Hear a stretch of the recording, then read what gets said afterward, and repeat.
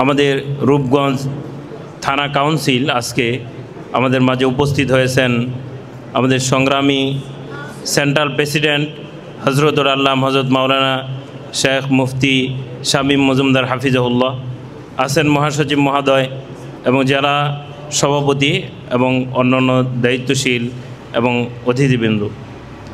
আমরা অত্যন্ত আনন্দিত আজকে যে আমরা এখানে একত্রিত হতে পেরেছি। আমি খুব বেশি কথা বলবো না। আমি এমন এক অবস্থার মধ্যে এখানে এসে উপস্থিত হয়েছি যে আজকে আসার কথা ছিল না এবং কোনোভাবে যে আসতে পারবো সেটা আমার ইচ্ছাও ছিল না এবং পারতেছিল না। আল্লাহ তাআলা কুদরতিভাবে আমাকে এখানে নিয়ে এসেছেন, এজন্য আল্লাহ তাআলার শুকরিয়া আদায় করি।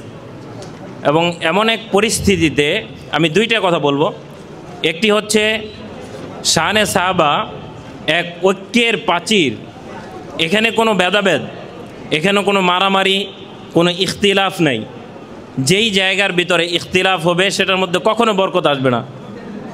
আমি সবসময় আল্লাহ তাআলার কাছে এটা দোয়া করতেছিলাম যে এই শানে সাহাবা রূপগঞ্জের মধ্যে যাতে সমস্ত উলামায়ে কেরাম কাঁধে কাঁধ মিলিয়ে চলতে পারে। যখন ইখতিলাফ হয়ে যাবে তখন আর এর মধ্যে শান্তি থাকবে না।